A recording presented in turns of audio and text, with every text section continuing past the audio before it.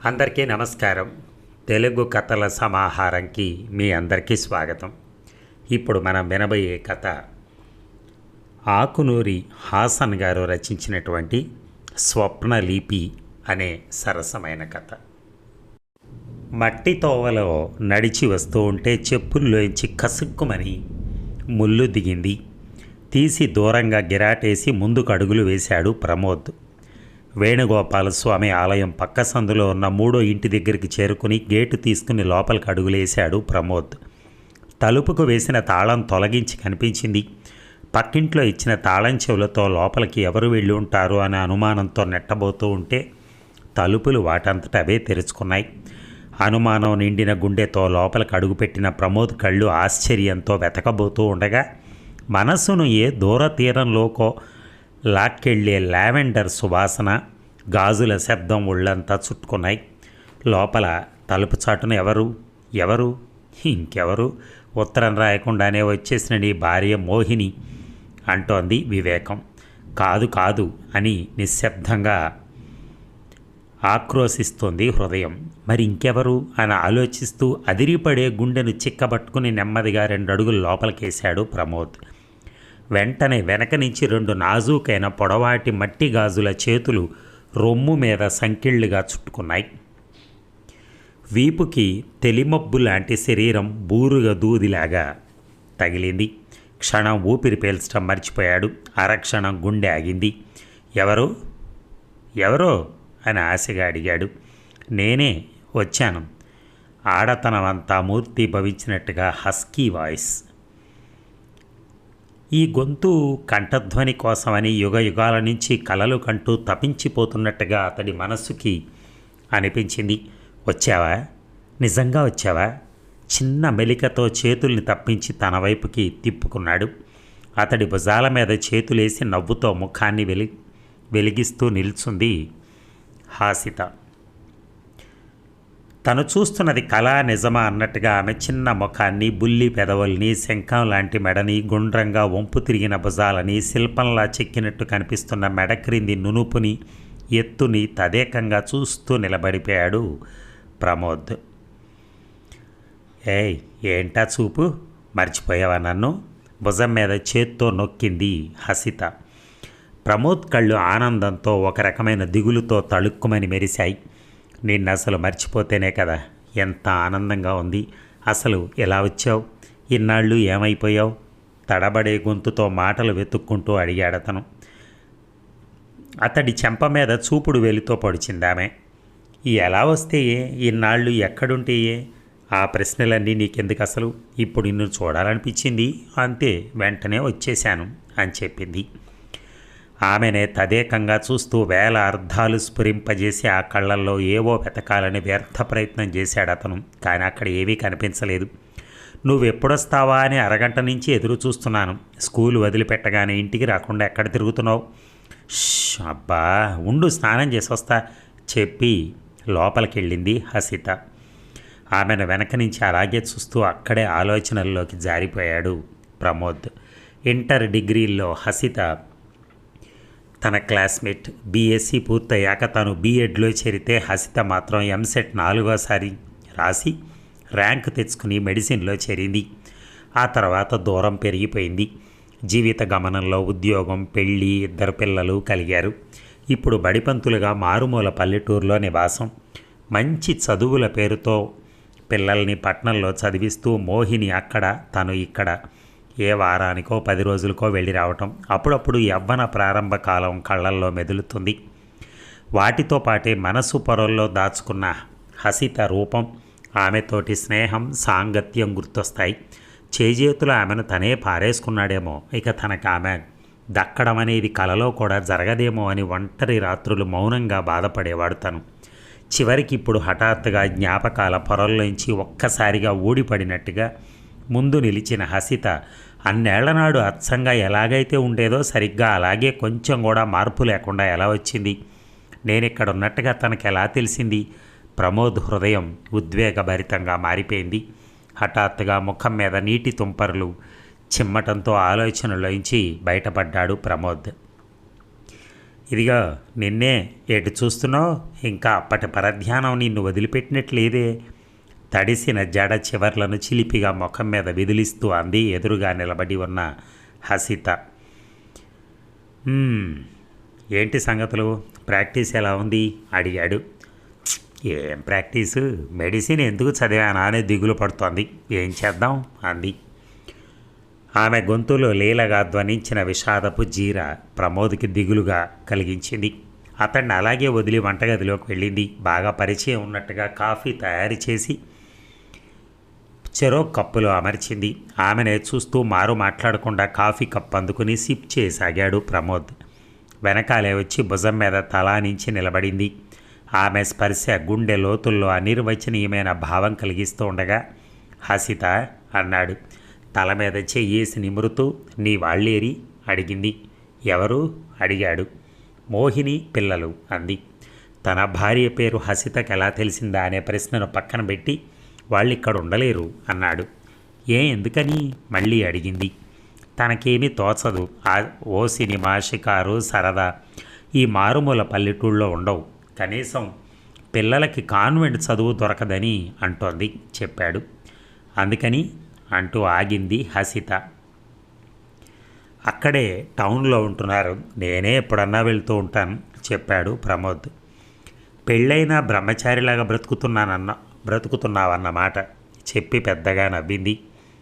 నీ గురించి ఏమీ చెప్పటలేదు, అన్ని ప్రశ్నలు నన్నే అడుగుతున్నావు అని అడిగాడు.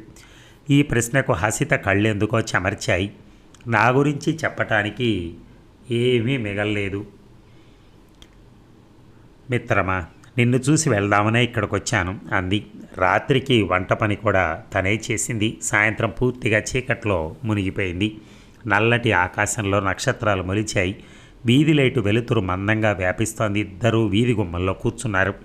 లేత గోధుమ రంగు చీర, జాకెట్టు ధరించిన హసిత దాదాపు తనను తాకుతూ కూర్చుంది.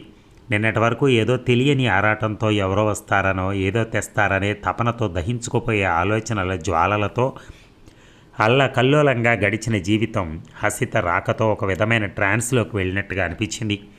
ఇంతకాలము బతుకుతున్నది అసలైన జీవితం కాదని, ఇన్నాళ్ళుగా వెతుకుతున్నది ఆమె కోసమేనని బలంగా అనిపించిన ప్రమోద్ అప్రయత్నంగా పక్కకు ఒరిగి హసిత ఒడిలో తలవాల్చాడు.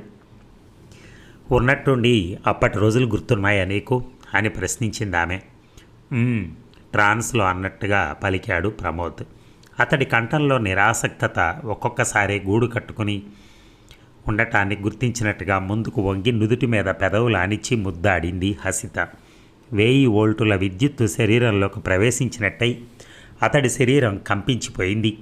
అన్నేళ్ల బట్టి స్పందన అనేది ఎరగకుండా వైవాహిక జీవితంలో యాంత్రికంగా కూరుకుపోయి విద్యుక్త ధర్మాన్ని ఆచరిస్తున్న అతని లోపల చలనం లేకుండా స్తబ్దుగా పడి ఉన్న మరొక వ్యక్తి ఒళ్ళు విరుచుకుని నిద్రలేస్తూ ఉండటం అనుభవంలోకి వచ్చింది.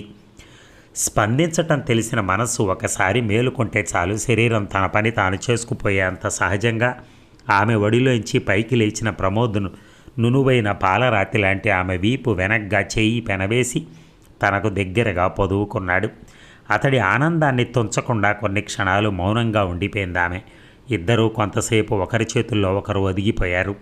చప్పున అతనికి పట్నంలోని భార్య పిల్లలు గుర్తొచ్చారు. ఆమె చుట్టూ పెనవేసిన చెయ్యి వెనక్కి తీసుకున్నాడు. రాత్రి భోజనాలు చేశాక నిద్రొస్తోంది, పడుకుంటానని ఆమె అనేంతవరకు ప్రమోద్కి కాలం వేగంగా గడిచిపోయింది. కాలేజీ రోజుల్లో హసిత వైపు ఆకర్షితుడై ఆమె పట్ల తెలియకుండానే మక్కువ ఏర్పరచుకున్నాడు అతను. అందరిలోకి తనంటేనే దగ్గరగా స్నేహంగా మెలిగిన ఆమె ఫేర్వెల్ పార్టీ రోజు రాత్రి సినిమాకి వెళ్ళొస్తూ ఉండగా ఆ రాత్రి వర్షం కురిసి వెలిసిన తారు రోడ్లో పక్కపక్కనే నడుస్తూ హాస్టల్ వరకు వచ్చి బయట నిలబడి మనం విడిపోం కదా అని బేలగా అడిగాడు ఆమెని. దానికి ఆమె కళ్ళు వీధి లైటు వెలుగులో మెరిశాయి. చేతులు పట్టుకుని కలిసే ఉన్నాయి కదా మన చేతులు, ఎలా విడిపోతాం నిగూఢంగా అడిగిందప్పుడు. తనకేం చెప్పాలో, తన గుండె లోతుల్లోని ప్రేమను ఎలా వివరించాలో అప్పుడు తెలియలేదు. బాగా చదువుకుని మంచి ఉద్యోగంలో చేరు, రేపు మా ఊరు వెళ్తున్నాను, మళ్ళీ ఎప్పుడో నీకోసం నీ దగ్గరకు వస్తాను, అప్పుడు నువ్వేం చేస్తావు, ఇక సెలవా మరి అంటూ ముందు కొంగి పెదవుల మీద పెదవులు ఆనించి గాఢంగా ముద్దు పెట్టుకుంది. చుట్టూ చీకటి. కళ్ళు మూసుకుని ఆమె చుట్టూ చేతులేశాడు. లోకాన్ని, సమస్యల్ని, భయాల్ని, సంకోచాలని అన్నిటినీ గాలికి వదిలి శరీరంలోని రక్తమంతా ప్రచండ వేగంతో నరాల్లో ఉద్ధృతంగా పరవళ్ళు తొక్కుతూ పెదవి కొసల్లోకి చేరుకోవటం, నడి సముద్రంలో నిలువులోతు నీటిలో కెరటాల్లో ఊపిరందక మునిగిపోతున్న భ్రాంతిని కలిగించాయి. అంతా కొన్ని క్షణాలే. ఎప్పుడు బయటపడిందో చేతుల్లోంచి తప్పించుకుని హాస్టల్ గేట్ తీసుకుని లోపలికి పరిగెత్తింది హసిత. కళ్ళు తెరిచి బాహ్య ప్రపంచంలోకి వచ్చి చూస్తే నల్లటి దుఃఖంలాగా పరుచుకున్న తారు రోడ్డు, అక్కడక్కడ వెలుగుతున్న వీధి లైట్లు రోడ్డు మీద వాన నీళ్లలో ప్రతిబింబిస్తున్నాయి. 4 అంతస్తుల హాస్టల్ బిల్డింగ్ శాశ్వతంగా ఓడి కోల్పోయిన కోటలాగా కనిపించింది అప్పుడు. అంతే, ఆ రోజు ఆ రాత్రి మధుర క్షణాల తర్వాత హసిత గురించిన ఏ కబురు తెలియలేదు. ఒకనాటి స్నేహితురాలు మునపటికన్నా సన్నిహితంగా వచ్చి నిలవటం ఏ ప్రస్థానం వైపు పయనింపజేస్తుంది అనేది ప్రమోద్కి అర్థం కాలేదు. మధ్య గదిలోని సింగిల్ కాట్ని పక్కకు జరిపి నేల మీద జంఖాన పరుపు పరిచాడు. మంచం మీద కొత్త దుప్పటి దిండు అమర్చి, నువ్వు ఆ మంచం మీద పడుకో, నా కింద అలవాటే అని చెప్పి లైట్ ఆపాడు. మంచం మీద దిండు తీసి తను కూడా నేల మీద పరుపు పైన ప్రమోద్ పక్కన కూలబడింది హసిత. ఇంత దూరము అందరినీ ఎదిరించి అన్నీ వదులుకొని నీకోసం వచ్చింది దూరంగా గడపడానికా? నీకింకా మొహమాటం పోలేదు. నీ మనసు, నీ ఆలోచనల్ని బయటకు చెప్పకపోవటం వల్ల ఎంత పోగొట్టుకున్నావో ఎప్పుడైనా ఆలోచించావా అంటూ ముఖంలో ముఖం పెట్టి కళ్ళల్లోకి చూస్తూ ప్రశ్నించింది. ముగిసిపోయిందనుకున్న స్వప్నం కళ్ళ ముందు సాక్షాత్కరిస్తే ఎంత ఆనందం కలుగుతుందో అంతకు రెట్టింపు ఉద్వేగానికి లోనయ్యాడు ప్రమోద్. నీకు 10 ఏళ్ల కిందట ఆ వర్షం కురిసిన రాత్రి ఒక మాట ఇచ్చాను, మళ్ళీ వస్తానని వాగ్దానం చేశాను, గుర్తుందా? చెంపల్ని 2 చేతుల మధ్య బంధించి పట్టుకుని అడిగింది. ఆమె వదులుతున్న ఊపిరి వెచ్చటి ఆవిరిలాగా అతనికి తగులుతూ శరీరాన్ని రగిలించబోతోంది. బదులిచ్చాడు. ఆనాటి నీ పెదవుల మాధుర్యం ఇన్నేళ్ల టానిక్లా పనిచేస్తోంది ఇన్నేళ్ళు. అందుకే కేవలం నీ కోసమే, నా పిచ్చి కర్ణ కోసం రెక్కలు కట్టుకుని వచ్చానురా అంటూ ప్రమోద్ చుట్టూ చేతులేసింది. ఇన్నాళ్ళు రొటీన్ జీవితంలో యాంత్రికతకి, నిరాసక్తతలోకి మారుపేరుగా నిస్సారంగా గడిచిపోతున్నటువంటి క్షణాల శృంఖలాలు ఒక్కసారిగా తెగిపడ్డాయి. తనకు పెళ్ళయిందని, పిల్లలు పెళ్ళా ఉన్నారని, తనొక బాధ్యతాయుతమైన ఉపాధ్యాయుడని అన్నీ మరుక్షణంలోనే మర్చిపోయాడు అతను. ఏళ్ల తరబడి ప్రతి రాత్రి కంటున్న కళ, ప్రతి పగలు, ప్రతి నిమిషం తపనతో, ఆర్తితో ఎదురుచూస్తున్న అనుభవం ఇన్నాళ్లకు సొంతమయ్యాయనే ఏకైక భావనతో హసిత చుట్టూ చేతులేసి ఆమె ఎత్తైన గుండెల్లో ముఖం దాచుకున్నాడు. ఒకవైపు నుంచి వెన్నెల వెలుగు ఆమె శరీరానికి మెరుగు పెడుతోంది. చిన్న ముఖం, వంపు తిరిగిన చుబుకం, భుజాల నునుపు, చుట్టూ, వీపు ఏకమయ్యే చోట మెరుపు, రొమ్ము విశాలత్వం, మెడ కింద నుంచి నిలువుగా జారిన చార, చేతి వేళ్ల కింద నుంచి జున్నులోకి దిగబడినట్లుగా జివ్వు మనిపిస్తున్న శరీరం అన్నీ కలలోనో నిజంగానో అర్థం కాలేదు. నేల మీద పరుపు పైకి హసితతో పాటు అతను కూరుకుపోయాడు. ఇక ఎంత రాత్రైందో తెలియదు. చటక్కన మెలకు వచ్చింది ప్రమోద్కి. ఒక్క క్షణం తనెక్కడున్నది అర్థం కాలేదు. పక్కనే ఒక చెయ్యి గుండెల మీద పెనవేసి తన భుజాల వంపులో తల ఆనించి నిద్రపోతున్న హసితను చూడగానే ఒరిగిపోయిన క్షణాలన్నీ గుర్తొచ్చాయి. ఆమె మెడ మీదకి జారుతున్న నల్లటి జుట్టు కొసలు, చీర మడతలు, తొలిగిన చోట నదీ ప్రవాహపు ఒరిపిడికి ఏర్పడిన ఎత్తైన విశాలంగా పరుచుకున్న ఇసుక తెన్నెలాంటి వక్షస్థలాన్ని ఇముడ్చుకున్న జాకెట్, చీర కుచ్చిళ్లలోంచి కనిపిస్తున్న పాదాలు, వేళ్ళు అన్ని క్షణంలో పరికించి చూసి మధుర జ్ఞాపకాలుగా గుండె లోతుల్లో నింపుకున్నాడు ప్రమోద్. హసిత, నా మీద నీకు ప్రేమేనా? పూడుకుపోయిన గొంతు పెగుల్చుకుని అడిగాడు. కళ్ళు తెరవకుండానే నమ్మకం లేదా అని అడిగింది. మరి అప్పుడు కాలేజీలో ఫేర్వెల్ పార్టీ రోజు హాస్టల్ గేట్ బయట నన్ను ఒంటిగా వదిలి అలా వెళ్ళిపోయావెందుకు? పసిపిల్లాళ్ళ మారాన్ చేస్తున్నట్టుగా అన్నాడు ప్రమోద్.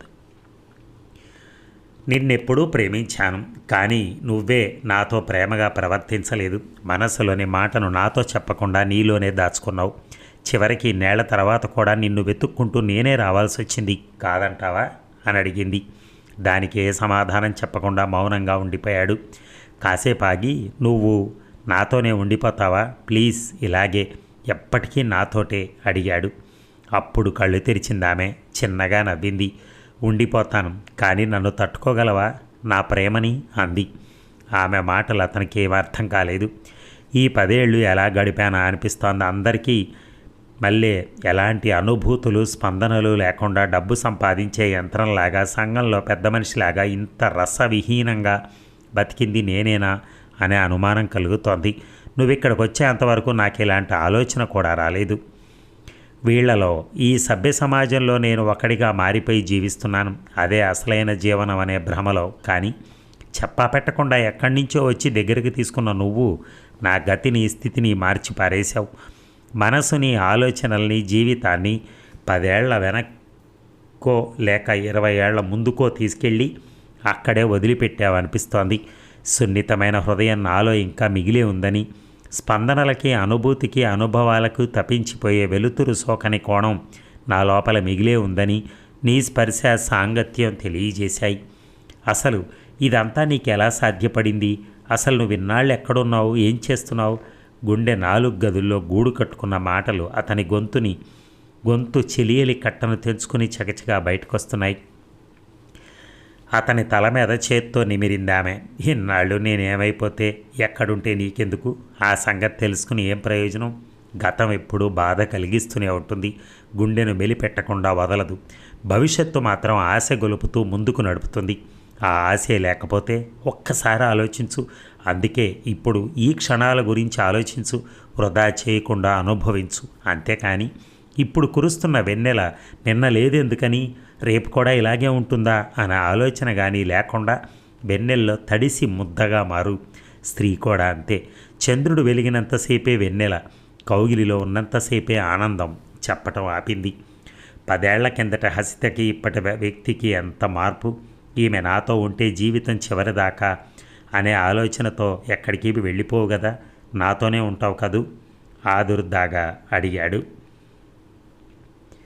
బదులుగా చిన్నగా నవ్వింది. నేను వచ్చిన పని పూర్తయింది బుజ్జిబాబు. ఇక నేను ఉండాల్సిన అవసరం లేదు తెలుసా?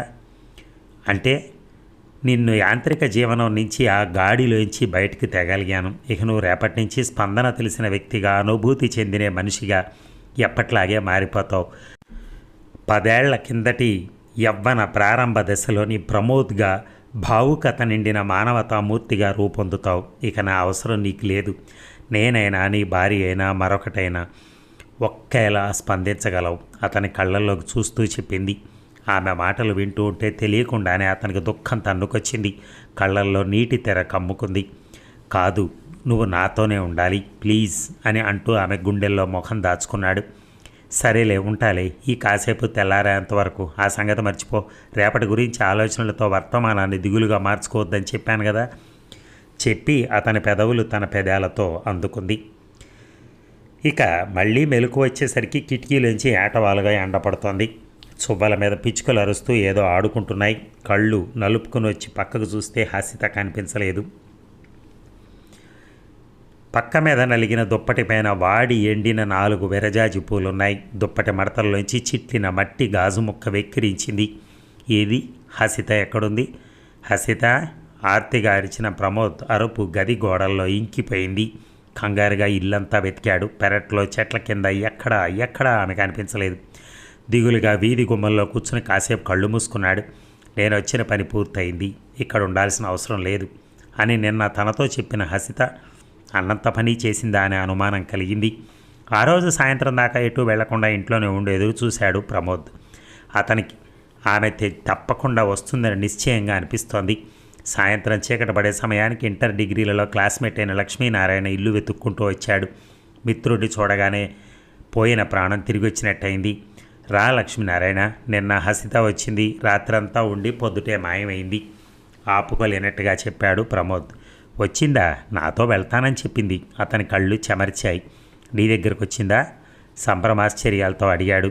అవును, నీ దగ్గరకు వచ్చే ముందు నాతో చెప్పింది. నీ అడ్రస్ నేనే ఇచ్చాను. దుఃఖం తెరతో అతని గొంతు పూడుకుపోయింది. తర్వాత చెప్పటం మొదలెట్టాడు.